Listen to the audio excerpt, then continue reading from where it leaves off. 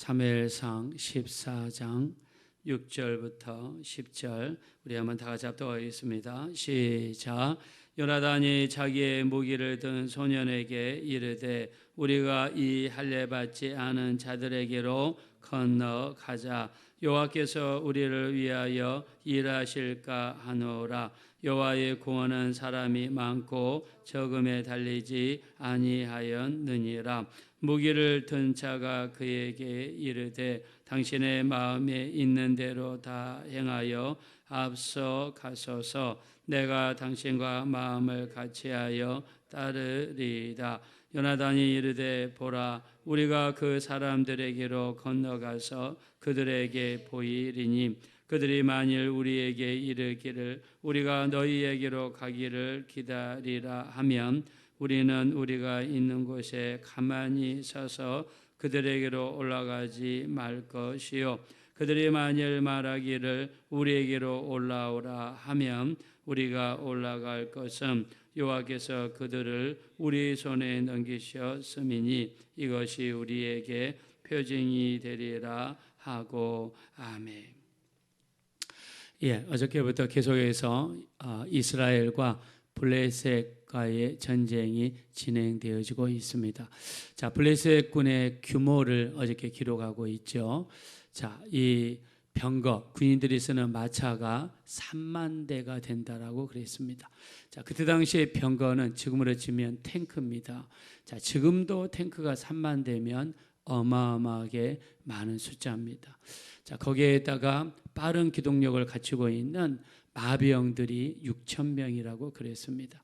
말을 타고 세게 달리면서 말이 차고 그 말에 달리는 힘을 이용해서 창으로 내리칠 때 그 파괴력은 대단했습니다. 그래서 마병이 6천 명이 있다는 것은 어마어마한 군사력이죠.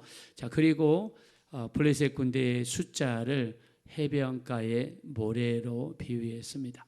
자, 해변가의 모래라고 그랬으니까 그 군인들의 숫자가 얼마나 많았겠습니까?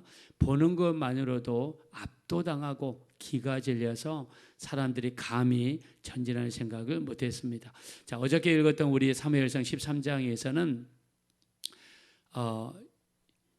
이스라엘 백성들이 얼마나 무서웠던지 웅덩이에 숨고 굴 속에 들어가고 바위 틈 사이로 숨고 백성들이 숨기에 바빴다라고 기록을 했습니다.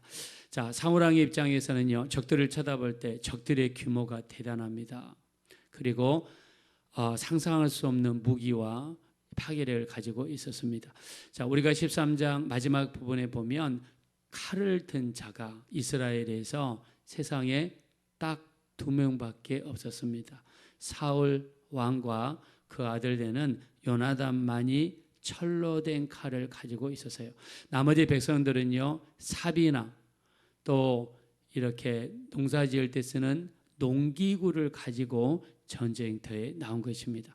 자, 그 이유를요, 이스라엘에는 그때 당시에 철을 만들고 재련하고 조립할 수 있는 기술이 없었다라고 했습니다. 이스라엘 백성들이 농사를 지으면서 삽도 필요하고 꽃갱이도 필요하고 또 이렇게 여러 가지 호미, 낫 이렇게 필요하잖아요. 근데 쓰다 보면 녹이 슬고 무디어지지 않습니까? 근데 그거를 담금질을 하기 위해서 어디를 갔느냐? 블레셋 동네를 찾아갔다는 거예요. 블레셋 동네를 찾아가서 거기에다 불에 담그고 담금질을 하고 두드리고 날카롭게 만들어서 왔다는 겁니다. 자, 이때 당시에 이스라엘은 철공 기술이 없었기 때문에 가지고 있는 무기가 형편이 없었습니다. 자, 사울 왕의 입장에서 볼 때 얼마나 답답했을까요? 힘들고 어려웠을 것입니다.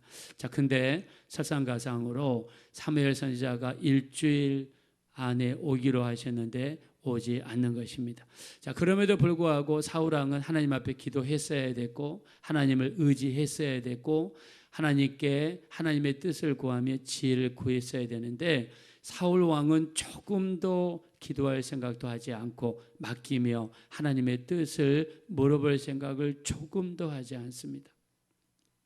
우리 성도님들도 마찬가지죠. 문제만 생기면 하나님 앞에 가서 기도하시는 분들이 있습니다. 철저하게 하나님께 맡기고 기도하며 심지어는 금식 기도도 하고 심지어는 기도원에 올라가서 시간과 공간을 구별하고 하나님께 드리시는 분들이 있어요.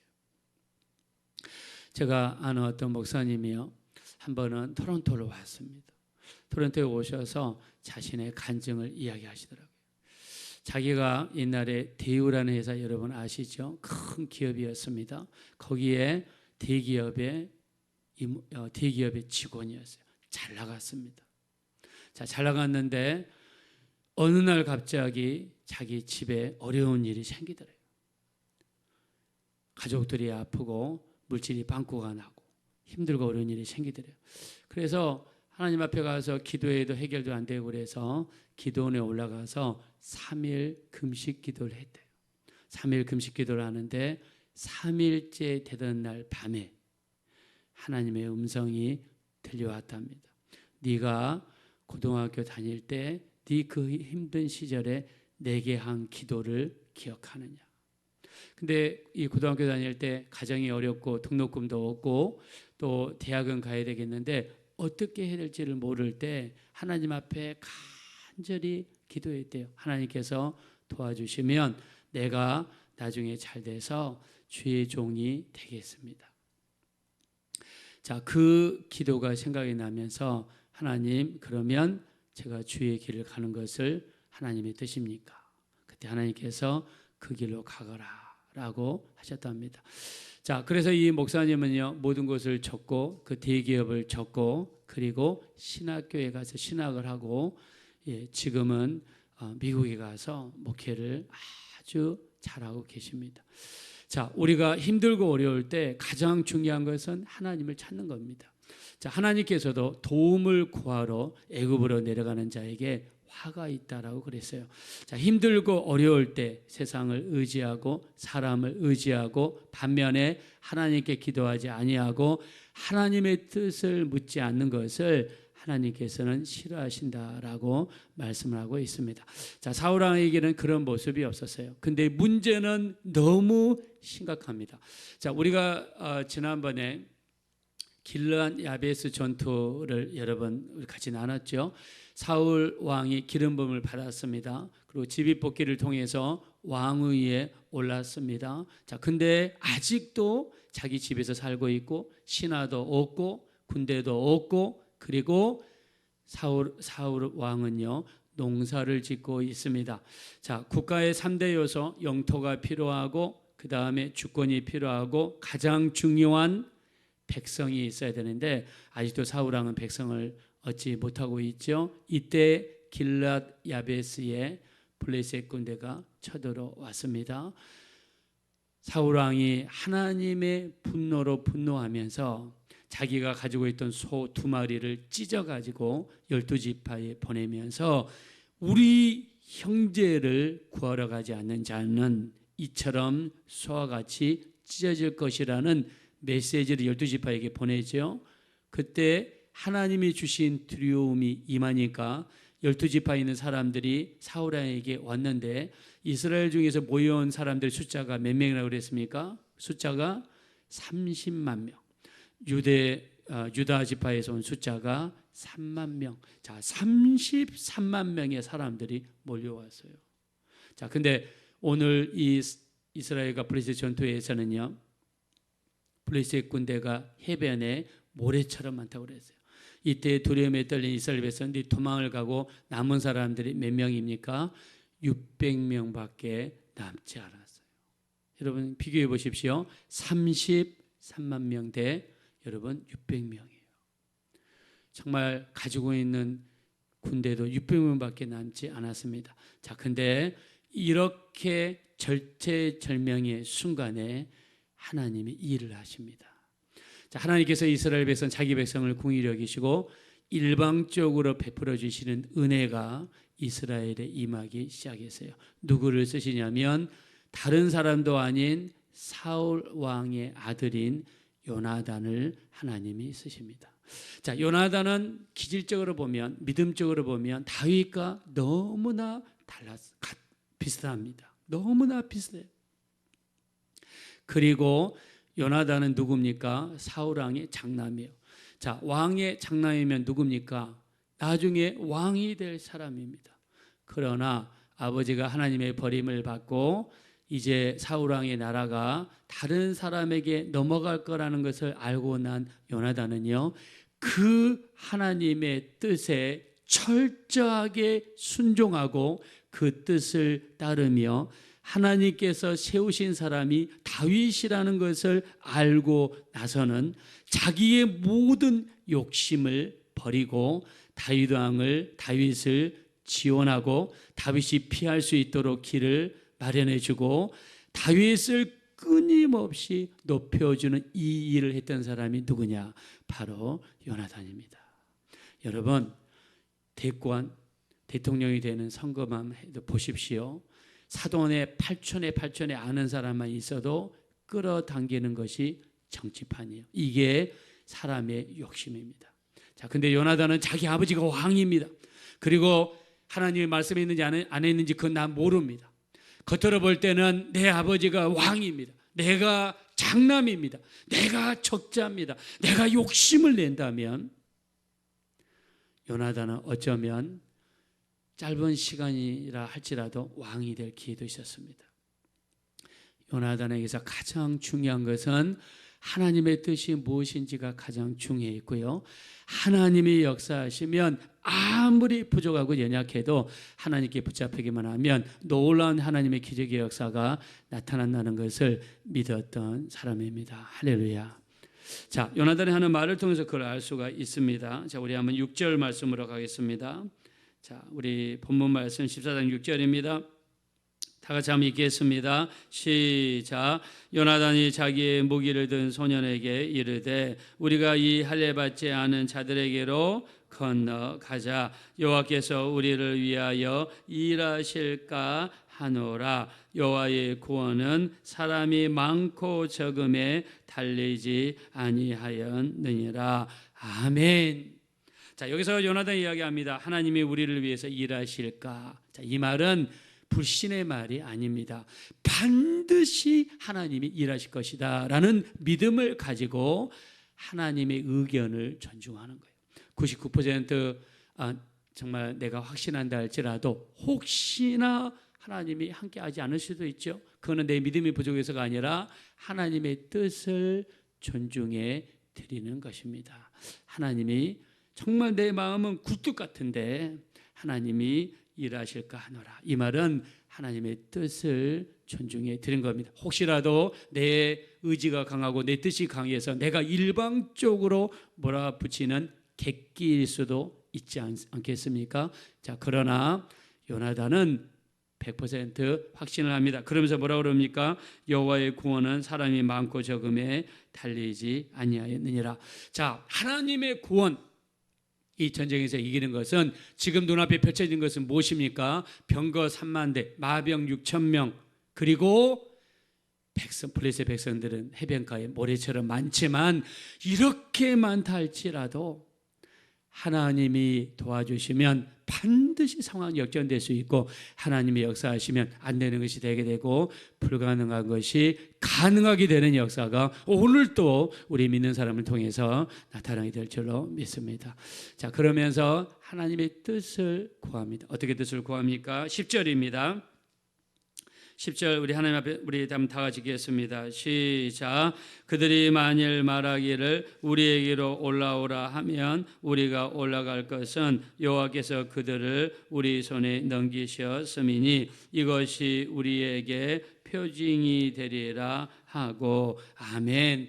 자, 요나단이 하나님 앞에 기도합니다. 어떤 기도를 드리냐면 하나님, 우리가 적진에게로 갈 텐데 자, 저 적진과 적진 사이에는요 가파른, 자, 이 이스라엘과 블레셋 사이에는 가파른 절벽 언덕으로 되어 있어요. 그리고 가운데는 패인 골짜기 구조입니다. 그래서 적진으로 가려면은 내가 있는 골짜기에서 내려가서 언덕을 내려가서 골짜기에 들어가서 상대방의 언덕을 올라가야 되는 그런 구조예요.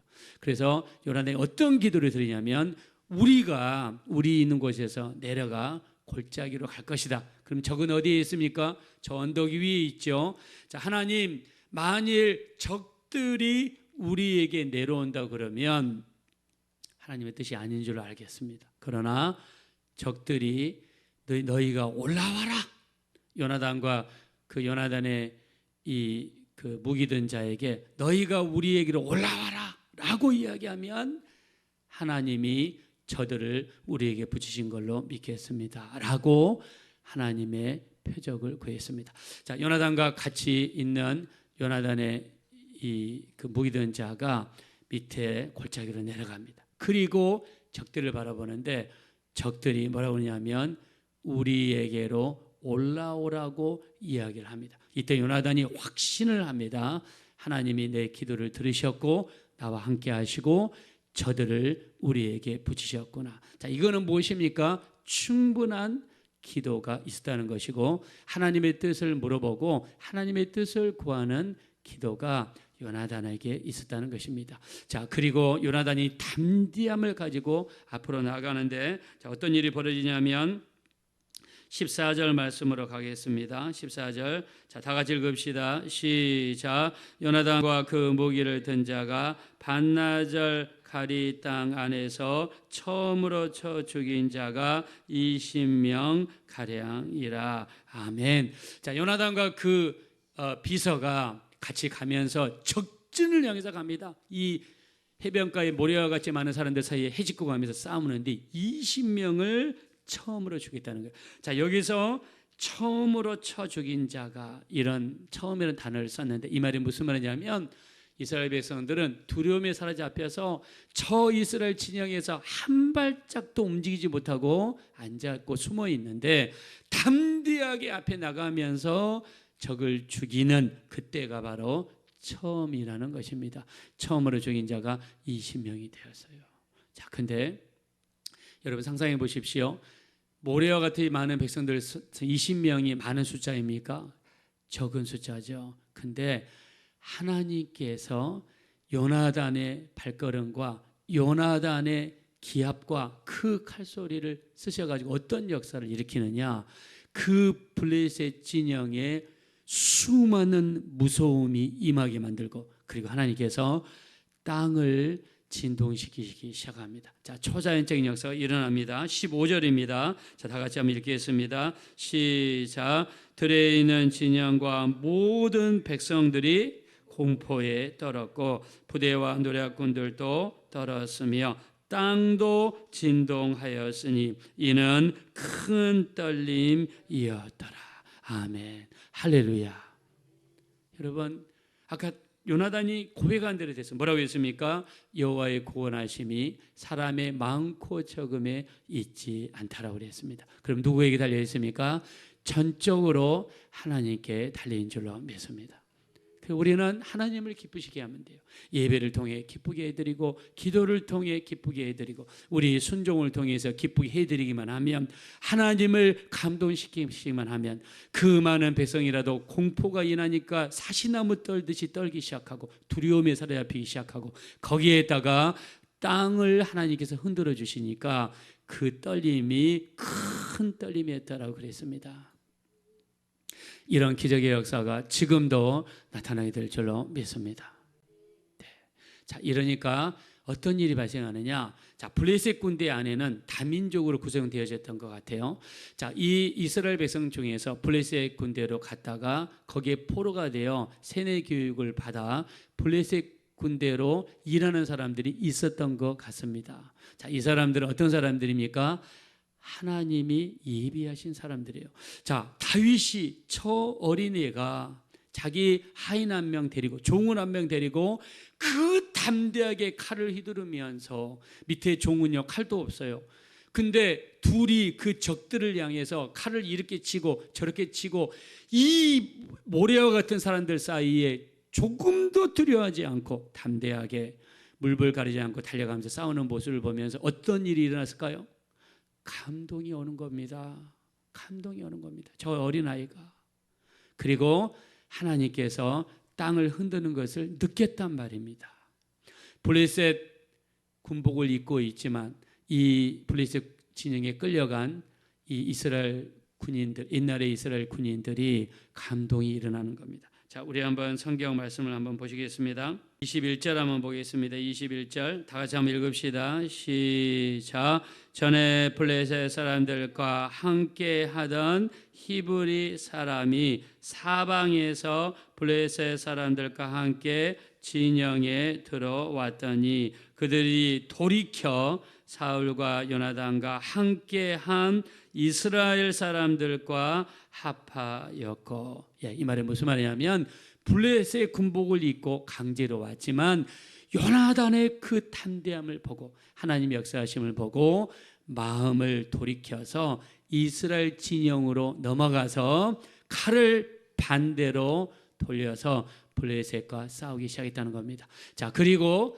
최소한 33만 명의 이스라엘 사람들, 근데 두려움에 떨어서 웅덩이에 숨고 바위 틈에 숨었던 사람들이 이 모습을 보고 하나님이 역사하시는 것을 보고 웅덩이에서 기어 나와서 전쟁터에서 싸우기를 시작합니다. 자, 22절 한번 보겠습니다. 시작.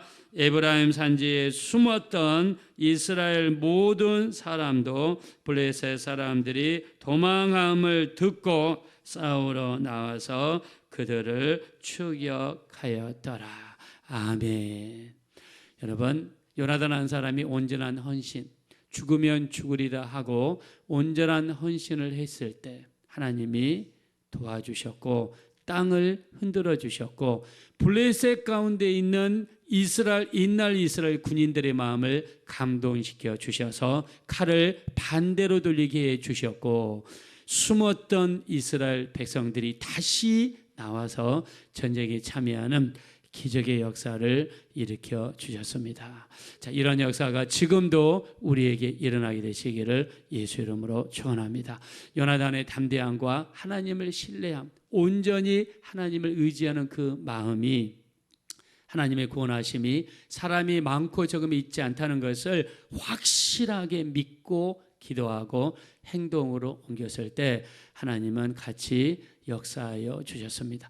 우리의 삶 속의 승리도 우리가 지식이 많아야, 인프라가 좋아야, 아는 사람이 많아야 일어나는 것이 아닙니다. 물론 그것도 중요하고 하나님이 그런 것도 쓰시지만 그보다 더 중요한 것은 모든 일에 승리하심은 하나님이 돕느냐 안 도우시냐에 있다는 것을 말씀하고 있는 것을 강력하게 믿고 철저하게 하나님 중심으로 우리 하나님이 도와주셔야 됩니다. 하나님이 개입해 주셔야 됩니다. 우리가 하나님의 뜻대로 살아갈 때 하나님이 개입하시면 안 되는 것이 되고 불가능한 것이 가능하게 되는 역사가 나타나게 될 줄로 믿습니다. 오늘도 말씀에 순종하는 삶을 통해 하나님 기쁘시게 온전한 예배와 기도를 통해 하나님 기쁘시게 드리는 복된 신앙생활을 감당하셔서 요나단에게 일어났던 이런 기적의 역사가 여러분의 삶 속에도 우리 교회에도 일어나는 역사가 충만하게 이루어지시기를 예수님의 이름으로 축원합니다. 이 시간에 기도하실 때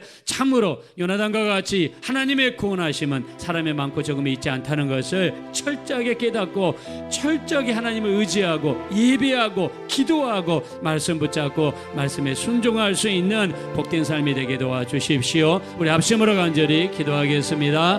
허락하시고 잡으라시 하나님 진심으로 감사합니다. 우리를 불쌍히 여겨주십시오. 우리 하나님의 구원하심은 사람이 많고 적음에 있지 않다는 것을 알았습니다. 우리는 사람을 의지하고 무기를 의지하고 세상 사람들을 더 많이 의지할 때가 있습니다. 더욱더 중요한 하나님과의 관계를 소홀히 할 때가 있습니다. 우리 하나님을 기쁘게 해드리면 원수라도 돌이켜서 우리 합평하게 하신다 하셨고 하나님을 기쁘시게 해드리면 큰 두려움이 블레셋 가운데 임하게 하셨고 땅을 흔들어 주셔서 하나님이 함께하여 주셨습니다. 하나님이 함께하시는 것이 우리에게 승리요 하나님이 함께하지 않는 것이 우리의 패배라는 사실을 오늘 성경을 통해서 알았습니다. 우리도 철저하게 하나님 편에 서게 하여 주십시오. 우리 예수님 편에 서게 하여 주십시오. 우리 주님의 뜻을 받아들이게 도와주십시오. 우리 주님의 마음을 받아들이게 도와주십시오. 우리 하나님 성령으로 인도해 주십시오.